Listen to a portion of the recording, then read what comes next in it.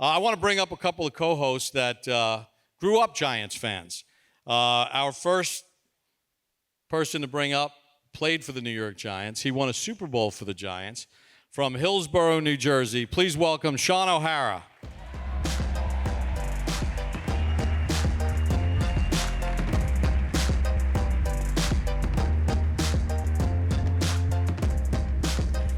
And our next host, who's going to be with us throughout the course of the evening, grew up in Freehold, New Jersey, was a diehard Giants fan as a kid growing up. You see him on NFL Network and Fox Sports. Please welcome Peter Schrager.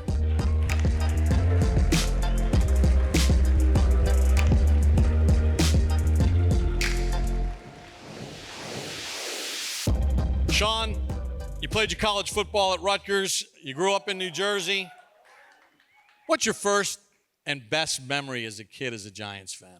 Yeah, great question. Well, listen, I moved to New Jersey in the early 90s, so my affinity for the Giants, came on right after they had won the Super Bowl. So obviously, it was easy to root for them at that time. I was hoping they were going to draft me, and when I came out in 2000, that didn't work out. But when I was at Rutgers, 1995, my very first year there, we actually played the Penn State Nittany Lions in Giant Stadium. So that was my first time getting to walk out into that stadium and walk out on that field and kind of feel the aura of all the Giants players and the legends that had gone out on that field. And when you just kind of think about like how much as a kid in college football right now, like that was the pinnacle, and just looking out at that, that was huge. And then you fast forward, my senior year at Rutgers, I'm playing left tackle. I'd never been to an NFL game. My dad found a way to score some seats up in the 300 section. So there I was with my binoculars, and I was fixated on Robin Oben, the left tackle. And I said, that's what I want to do. I want to play left tackle for the New York Giants. I wasn't tall enough, so I settled for center. A true offensive lineman at heart. Peter, how about for you growing up in Freehold, your early memories? I had no dreams of ever playing football at all. So we have different stories for sure. I'm an impartial journalist now, Bob. I am a diehard Giants fan. Okay, growing up, like that is where it started for me and my love of football. And I go back to 1990, and not the Super Bowl, Whitney Houston, and the whole thing. No, NFC Championship game. I hated the Niners. 3-peat. Joe Montana was so cool. Everyone had his jersey. Freehold, New Jersey, Central Jersey. I had a lot of Eagles fans, a lot of Jets fans.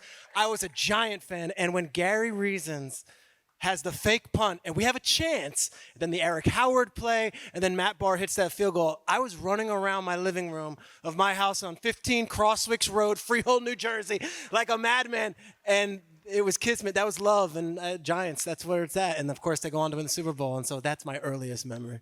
I'm jealous. I'm jealous because, as there's a lot of people here in the audience, my Giants were the 70s Giants. And I remember they'd be losing games, and my dad would be like, halftime, all right, let's go out, get the radio from the basement, plug it in outside. We're going to rake the lawn at halftime. And if they come back, Dad's here, that red radio that we plugged in, we'd rake. And if they started to make a comeback, we'd go back inside and watch it. But I love those Ron Johnson and Brad Van Pelt. I wore number 10 because of Brad Van Pelt. And all those great, John Mendenhall. I used to line up sideways just like him. Who plays like that? But some incredible memories. And being a Bronx native, I want to say hello and thank Chaz Palminteri, who's here this evening. Chaz! Voiced over that beautiful open to the show. Chaz? Yeah. Phenomenal, and you captured the spirit of a Bronx guy and the Giants in Yankee Stadium. So I got a question for you. Who is the Giants' all-time leading scorer, Sean? Who scored the most points in Giants history? I'm going to have to go with Mr. Mara's favorite player, Frank Gifford. It's a really good guess. Peter, who do you think is the all-time leading? I think the guy that you blocked. I think Tiki Barber. Tiki Barber scored a lot of points, ran for a lot of yards. Well, you know what? We have the Giants' all-time leading scorer with us here tonight. And it's time to bring him out here on the stage. In the course of his 9-year career with the Giants, he scored 646 points. He revolutionized the position as the first ever soccer-style kicker in the NFL. Please welcome Pete Gogolak.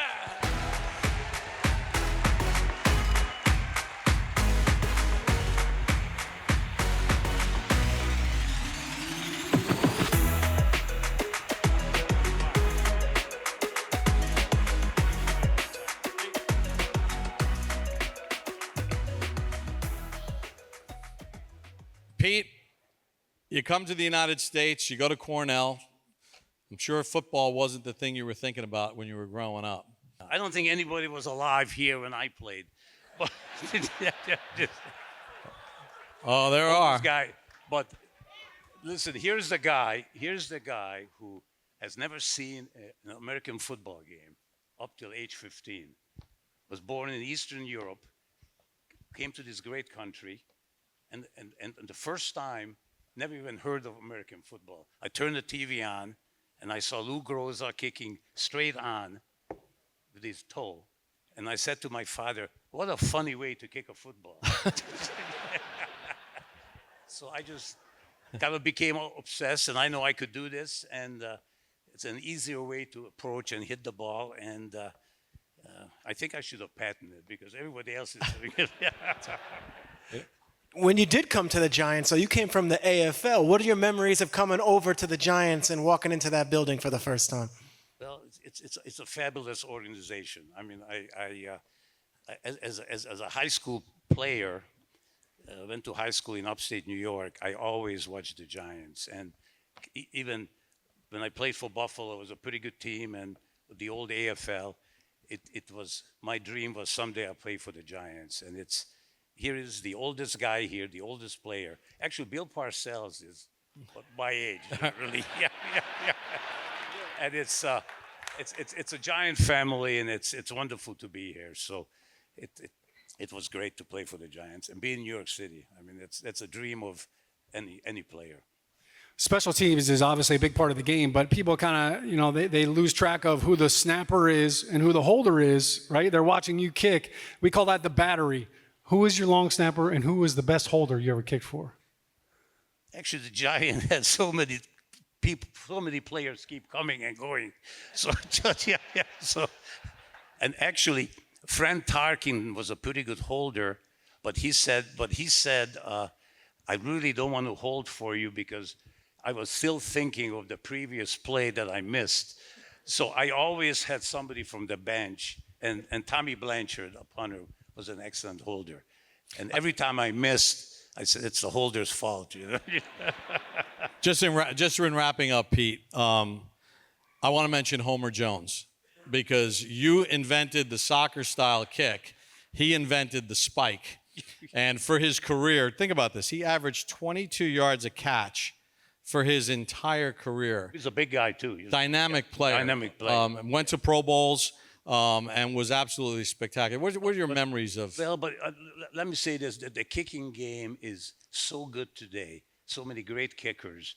And I wasn't, being the first one, I just wasn't smart enough. When you see a kicker today, 2 steps back, 2 steps to the side, always line up to hit the ball the same way. And now they have earplugs. They have earplugs so you don't hear the crowds. They have a little net on the side. I told Alex Webster, I said, Alex, I don't even feel my toe. I said, listen, it's 10 degrees. Would you get me a net so I can practice? Alex said, oh, you don't need a net. Just go in and kick that F-ball. Well, Pete, we want to thank you for being here with us, the all-time leading scorer. Thank you. Well, Pete Gogolak, thank you. Great to see you. Number 3. Terrific fans. Keep it up. Yes.